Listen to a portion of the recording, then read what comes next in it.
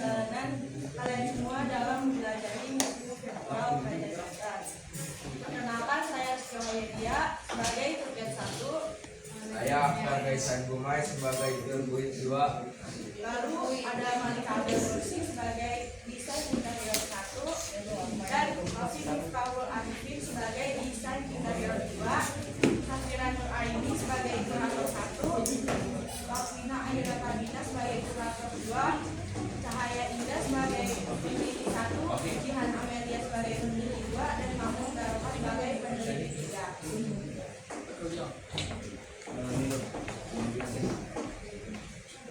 Yang pertama di dalam museum virtual kita ini itu ada parkiran masuknya buat parkir motor, mobil juga, dan juga bisa.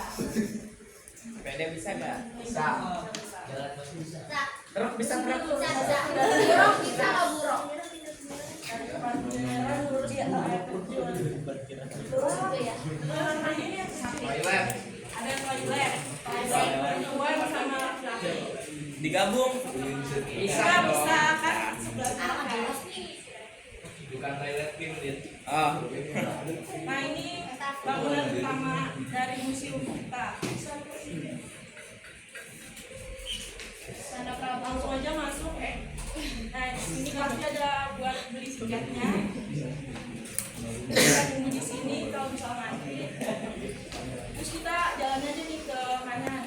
Untuk zona 1, yaitu sejarah awal dan pendiri. Lalu yang pertama ada lukisan Sultan Maulana Hasanuddin.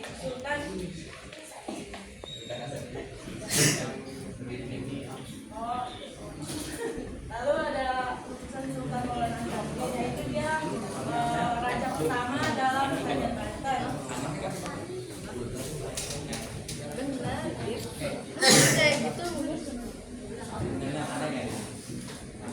Dia ini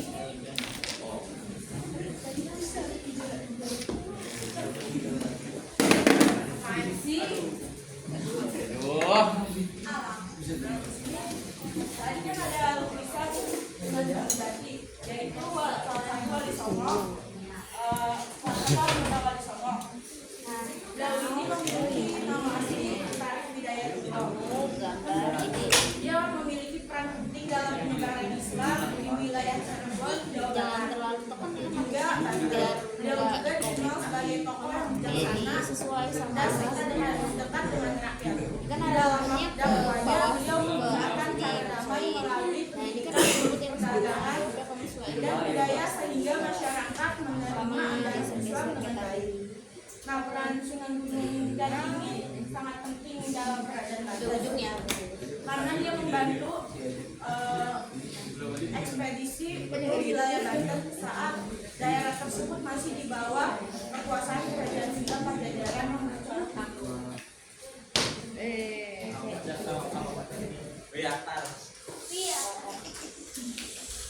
Lalu yang kedua ada lukisan Sultan Maulana Hasanuddin. Nah, beliau ini adalah raja pertama di Kerajaan Banten.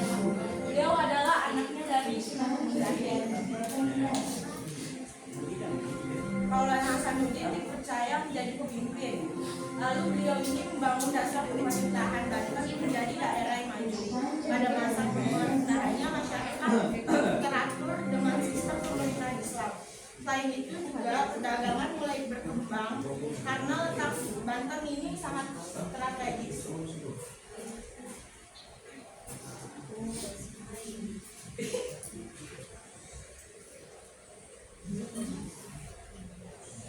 Lalu di sini ada patung Sultan Maulana Hasanuddin. Ini juga ada patung Sunan Gunung Jati. Lalu di sini ada timeline sejarahnya ya. Yaitu Kerajaan Banten ini berdiri pada abad ke-16. Lalu masa perkembangannya ini Banten berkembang menjadi kerajaan dagang yang maju. Banyak pedagang dari Arab, India, Cina, dan Eropa datang ke pelabuhan Banten. Lalu puncak kejayaannya itu pada masa Sultan Agung Tirtayasa. Pada masa ini Banten memiliki kekuatan militer yang besar yaitu perdagangan yang maju, berani menentang VOC Belanda.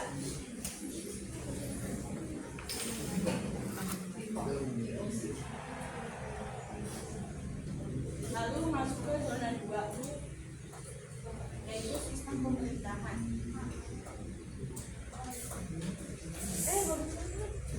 Di sini terdapat unsur keturunan kerajaan.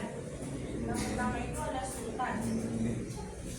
Lalu Kesultanan Banten menerapkan sistem pemerintahan kerajaan Islam dengan sultan sebagai pemimpin tertinggi yang memegang kekuasaan politik sekaligus agama.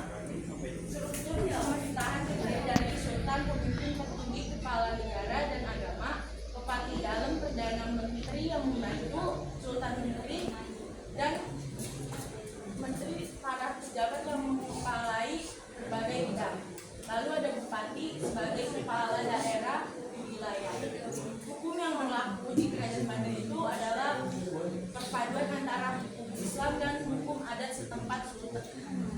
Adat setempat sultan memiliki kewenangan mutlak dalam pemerintahan dan didukung oleh para ulama.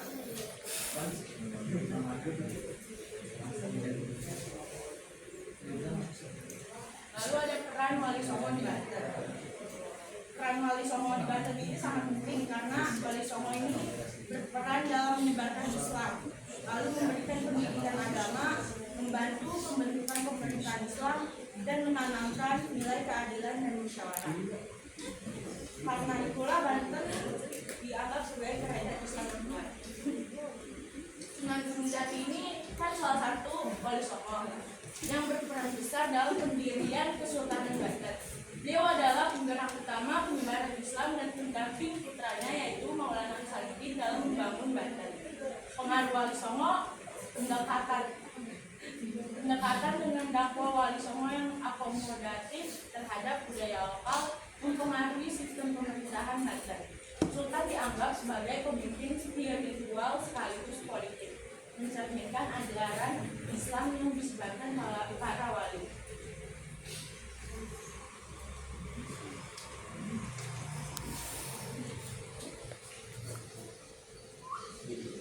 Lalu ada peta.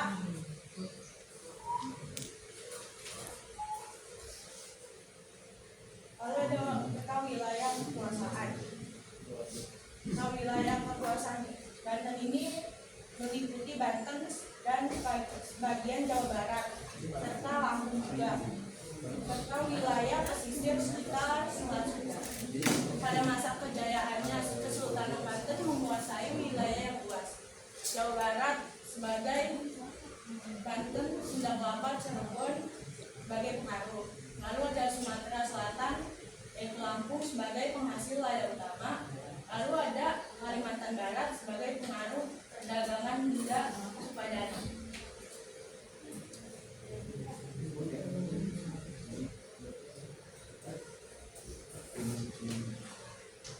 Lalu di sini ada diorama Masjid Agung Banten.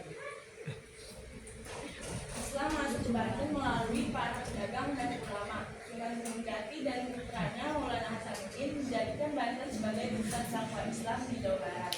Masjid Agung Banten dibangun sebagai pusat ibadah dan pendidikan Islam. Kesultanan Banten menjadi benteng penyebaran Islam hingga ke wilayah Lampung dan Kalimantan.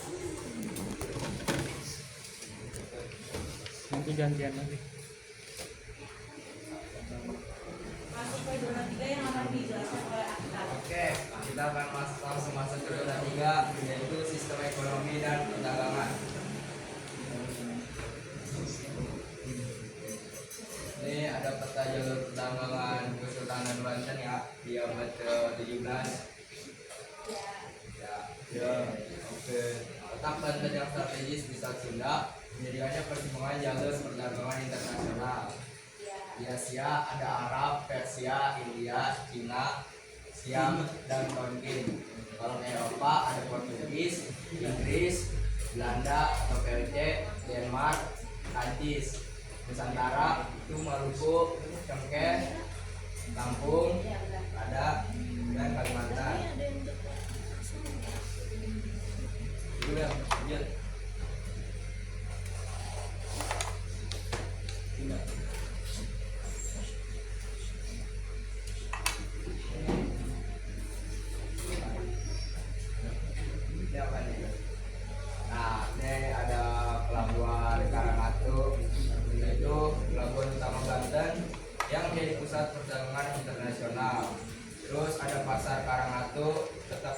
samping pelabuhan dengan zona khusus berdasarkan jenis barang.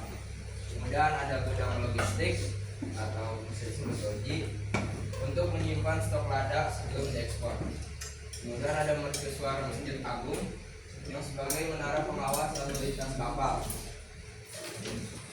Kemudian ada sistem kanal, yaitu yang menghubungkan keraton dengan pelabuhan untuk transportasi barang.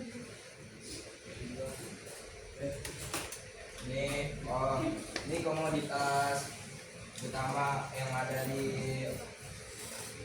Kesultanan Banten ya. Iya. Itu ada lada, kemudian ada beras, ada cengkeh. Yang paling bisa di pasar Eropa tuh lada hitam sama lada putih. Lanjut Bel. Ya, ada hitam dan putih. Oke, sekarang kita masuk ke zona 4, yaitu sosial dan budaya. Ini yang tadi ya, struktur sosial masyarakat. Yang pertama tuh yang paling tinggi ada sultan, kemudian bangsawan dan pejabat, yaitu keluarga sultan, para menteri dan pembesar kerajaan. Di bawahnya lagi ada ulama dan kiai. Kemudian ada pedagang, itu golongan saudagar kaya yang menguasai perdagangan. Kemudian ada petani dan nelayan, baru rakyat biasa dan budak yang paling rendah. Udah ini kan ya. Oke. Ini agama dan kepercayaan yang ada di Kesultanan Banten, yaitu Islam. Islam adalah agama utama Kesultanan Banten. Sultan berperan sebagai pemimpin agama sekaligus negara. Meskipun demikian, Kesultanan Banten dikenal toleran terhadap pemeluk agama lain.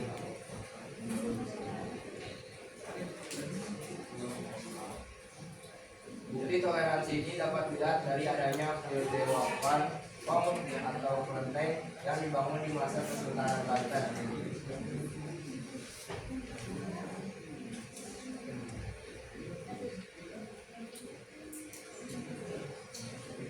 Ini pernikahan adat Banten ya, yaitu upacara pernikahan yang merayakan simbol-simbol Islam dan budaya lokal dengan prosesi yang panjang dan sakral. Ini ragam motif batik Banten. Motif batik dengan ciri khas budaya Kesultanan Banten seperti motif surosowan, kaigon, dan panarangen.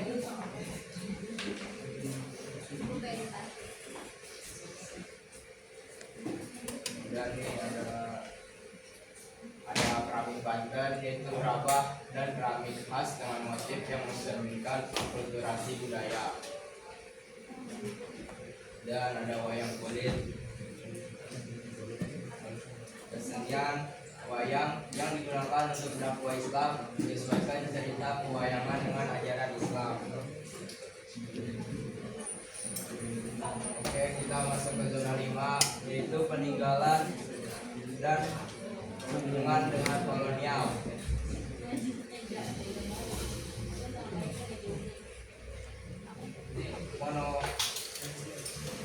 Monopoli perdagangan lada. BOC memaksa Banten menjual lada hanya kepada mereka dengan harga sepihak. Kemudian ada pengusiran pedagang Eropa lain seperti Inggris, Denmark, Prancis, Portugis diusir dari wilayah Banten. Kemudian pembangunan benteng Spelunci tahun 1684 untuk memantau aktivitas kesultanan. Kemudian ada intervensi politik atau divide et impera. Belanda mendukung Sultan Haji melawan Sultan Agung Tayasa. Ya, misalnya setelah konflik dan ekspansi kolonial. Penguasaan wilayah Lampung. Banten kehilangan daerah penghasilan utamanya dari kebijakan kolonial periode tadi. Kemudian ada perlawanan dari Sultan Ageng Tirtayasa pada tahun 1661 sampai 1683. Perlawanan terorganisir melawan VOC dengan strategi blokade laut dan aliansi dengan Inggris. Kemudian ada pemberontakan Ratu Bagus Luang dan Kiai Tapa tahun 1750 sampai 1753. Perlawanan kerakyatan terhadap Sultan Boneka atau VOC. Kemudian ada Geger Cilegon tahun 1888, yaitu pemberontakan petani besar yang dipimpin ulama. Simbol bangkitnya nasionalisme berbasis agama. Kemudian ada pun dampak kolonialisme dari politik, yaitu runtuhnya kedaulatan kesultanan pada tahun 1813. Dihapus Raffles menjadi wilayah keresidenan. Kemudian kalau dampaknya di ekonomi, yaitu monopoli lada, kemiskinan sistematik, kerja rodi, pembangunan jalan raya pos. Dampaknya ke sosial dan budaya, ada pelabuhan Karangantung jadi mati. Kemudian masyarakat berubah dari maritim menjadi agraris. Kemudian perlawanannya, pesantren menjadi pusat konsolidasi anti penjajah. Nah, ini peninggalannya koin emas atau kaca.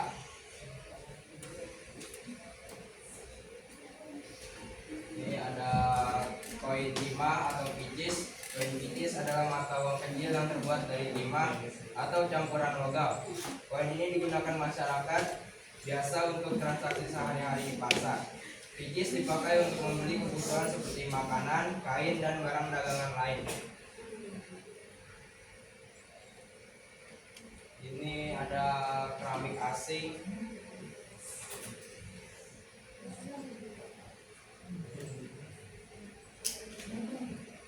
Ini ada senjata tradisional khas Kesultanan Banten ya, yang dipakai untuk melawan penjajahan.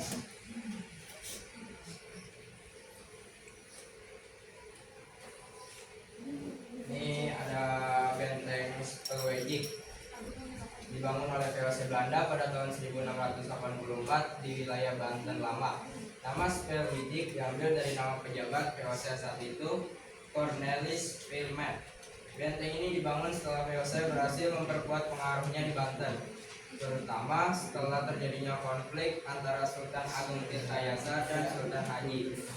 Fungsi benteng ini sebagai markas tentara VOC, tempat pengawasan pelabuhan, gudang penyimpanan, dan benteng pertahanan Belanda.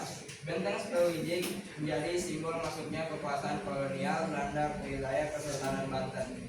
Dari benteng inilah VOC mulai mengontrol perdagangan lada dan kegiatan politik Banten. Ini keraton Surosoan, itu istana utama Kesultanan Banten yang dibangun pada abad ke-16. Keraton ini menjadi pusat pemerintahan, tempat tinggal sultan, dan pusat kegiatan politik kerajaan.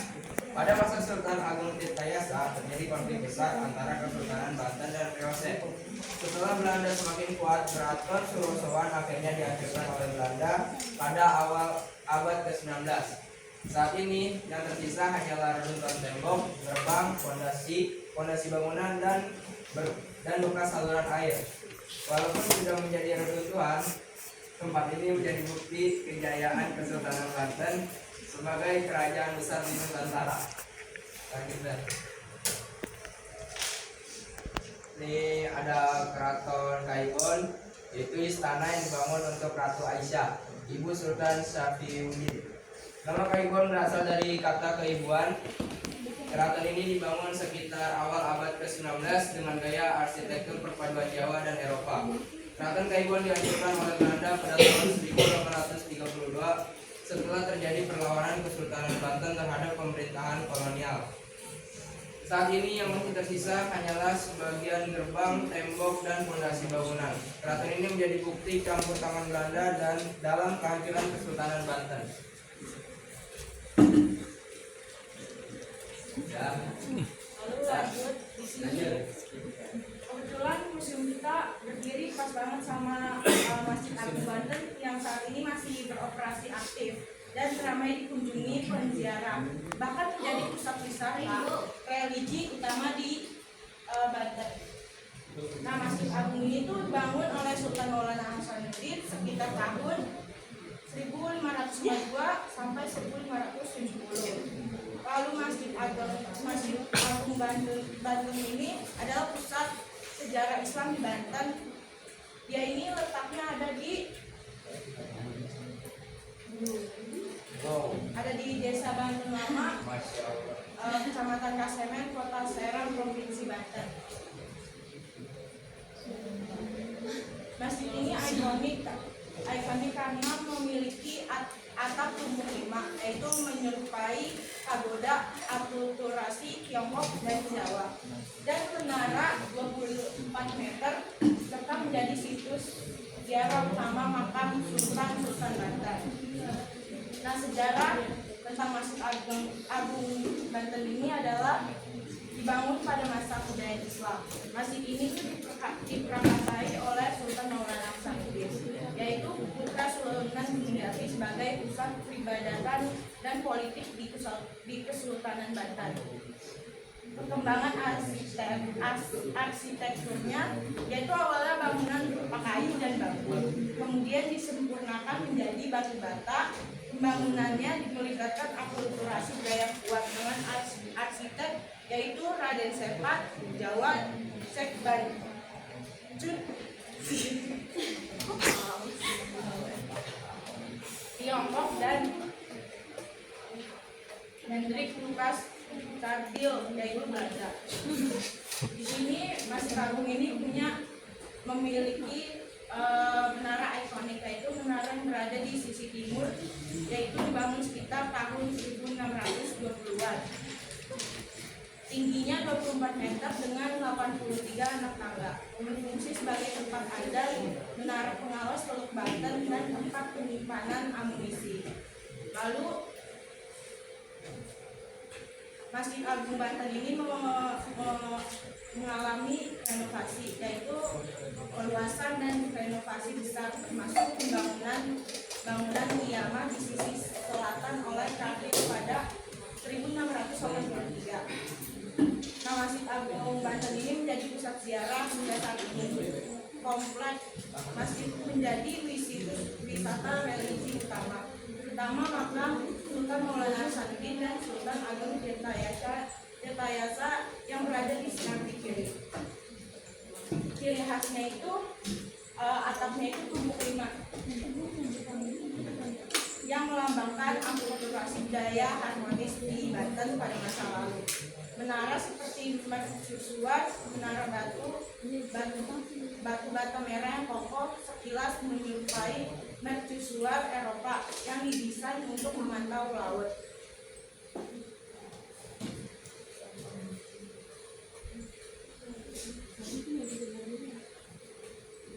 Nah, ini bagian dalam Masjid Agung. Ada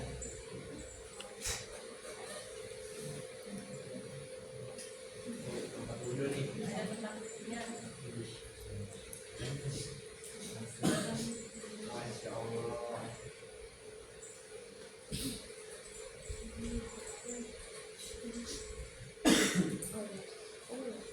Lalu di sini ada kantinnya, kalau lapar bisa beli makanan di sini.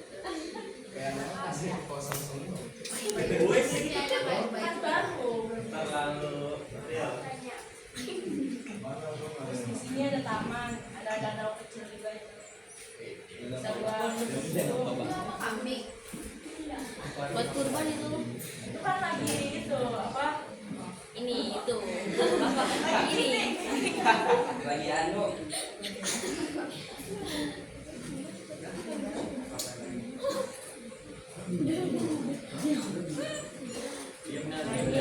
Dari atas ya bangunan plastiknya. Terus ada perpustakaan juga. Masih.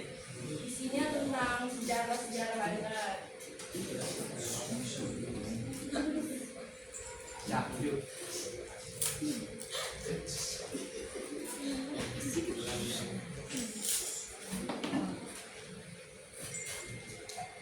Juga ada air terjun juga.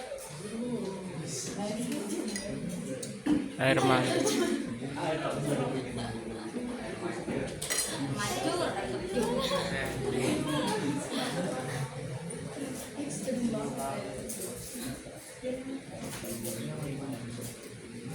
Nama adanya warna-warni. Chanel Tas. Atas warna putih. Chanel Tas good day. Ais. Iya udah jadi. Udah kelar. Nah, masuk ke zona interaktifnya yaitu pertanyaan. Di sini ada yang mau jawab nggak? Gak ada yang jawab.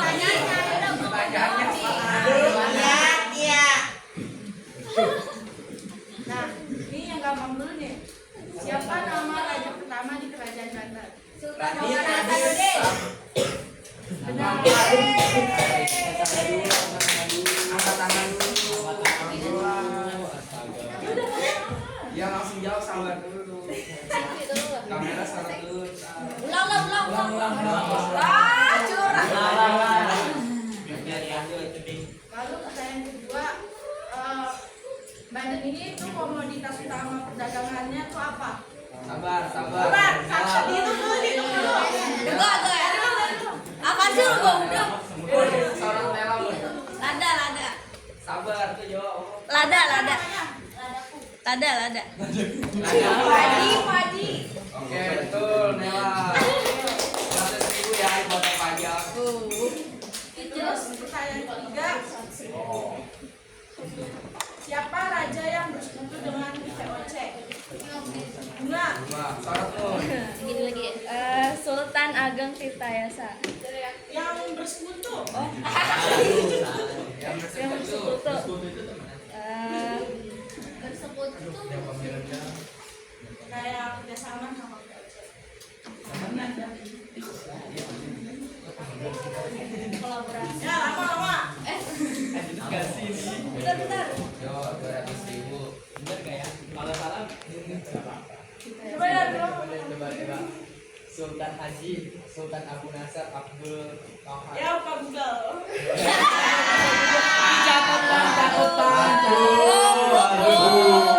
catatan. Ya, benar. Iya. Terus ada satu pertanyaan lagi nih. Siapa nama raja yang membawa kerajaan Banten pada masa penjayaannya? Yo. Udah Sini tahu ya? kita boleh jawab. Yo. Bunga. Hah? Request sih orang yang maju kita. Ulang berarti ulang. Kok ulang sih? Oh, ganti. Kan Emang ada lagi pertanyaan? banyak. Asik. Banyak apa sih? Nah, sebutin peninggalan kerajaan Banten minimal 3. Ini udah dijelasin tuh tadi sama saya. Ayo, Wina. Masjid Agung Bangga. Mantap. Tuh. Gue lagi Benteng Spelsi. Ya, tuh. Keraton Kalbon. Hai, betul. Ayo. Udah, Udah, makanya itu. ya. Sekian dari Sekian presentasi dari kami, semoga apa yang disampaikan saya dan Kia membawa manfaat bagi kami semua. Ya, kurang lebihnya mohon maaf. Wassalamualaikum